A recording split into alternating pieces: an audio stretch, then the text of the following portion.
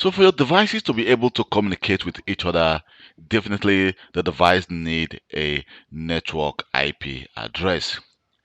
And an IP address actually can be assigned to devices using a DHCP server, or you can actually configure this a static IP address on that device.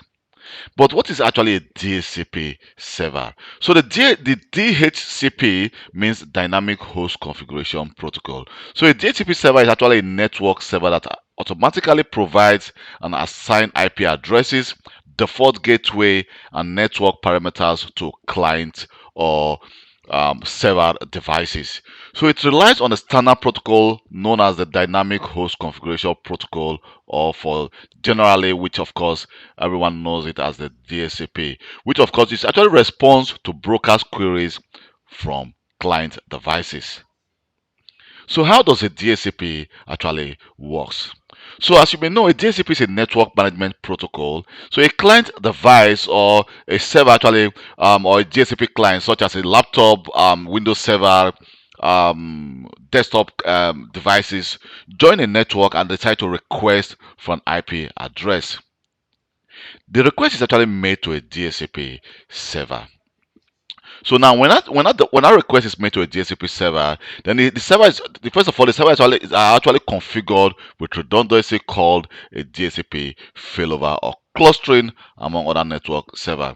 So when that client device requests for the IP address, what happens is this: the request is being sent to a DHCP server. So it depends on the configuration that has actually been configured on that DHCP server. If the client meets the requirements that has been configured on the DHCP server, then the DHCP server will now send some network configuration parameters to that device. It will actually send the following. For example, it's a temporary or an IP address. Sometimes you may configure an IP address to be sent for a lease time, and also a default gateway, a subnet mask, and a DNS server. That's of course a DNS network address. And mind you, when an IP address is actually being leased to a device, I use the word lease because it's not actually permanently assigned to that device. So it's been actually leased to a device for a temporary, for a temporary time. If, for example, that device is not online, the device decides to go offline for like 1 or 2 months, that IP address that has been leased to that device will now be retrieved and leased to a different device as well. So I've just mentioned, for example, the default gateway, subnet mask, and DNS server. So what is actually a default gateway? The default gateway transfers data back and forth between the local network and the internet and the outside world. So it's actually all between local subnets. It allows you to actually communicate between your local network and the internet. Then we have the subnet mask. So in IP networking uses a subnet mask to separate the host address and the network address portion of an IP address.